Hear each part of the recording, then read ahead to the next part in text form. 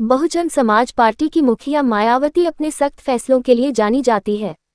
भले ही ये तब की बात हो जब बसपा यूपी की सबसे मजबूत राजनीति दल होती है या फिर अब जब वो अपने सबसे बुरे दौर से गुजर रही है। मायावती के तेवरों में कोई बदलाव नहीं आया है। उन्होंने कई बार अपने सख्त फैसलों की वजह से तमाम सियासी पंडितों को हैरान किया है। पार्टी हित और पार्टी कार्यकर्ताओं के सम्मान के आगे उन्होंने किसी को नहीं बख्शा है, भले ही वो उनके करीबी हो या अपने रिश्तेदार। बसपा सुप्रीमो मायावती ने अपने कड़े फैसलों को लेकर सुर्खियों में रहती है और अब उन्होंने भतीजे और पार्टी के नेशनल कोऑर्डिनेटर आकाश आनंद के ससुर अशोक सिद्धार्थ को पार्टी से बाहर का रास्ता दिखाकर एक बार फिर अपना दम दिखाया है।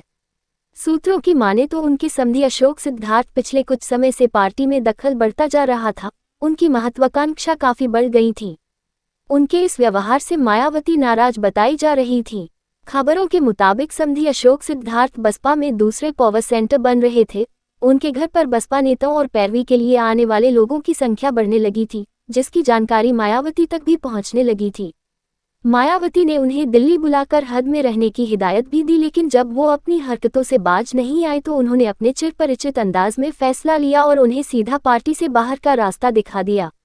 ये पहली बार नहीं है जब बसपा सुप्रीमो ने इस तरह का फैसला लिया हो।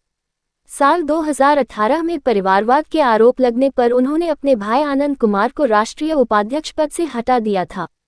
यही नहीं, पिछले लोकसभा चुनाव में जब आकाश आनंद ने चुनावी सभा में भड़काऊ भाषण दिया तो बसपा सुप्रीमो ने उन पर कार्रवाई करते हुए न सिर्फ उन्हें सभी पदों से बर्खास्त कर दिया था, बल्कि उनकी चुनाव सभाओं पर भी रोक लगा दी थी। हालांकि बाद में कार्यकर्ताओं की मांग पर आकाश आनंद को फिर से उन्होंने नेशनल कोऑर्डिनेटर और अपना उत्तराधिकारी बना दिया था।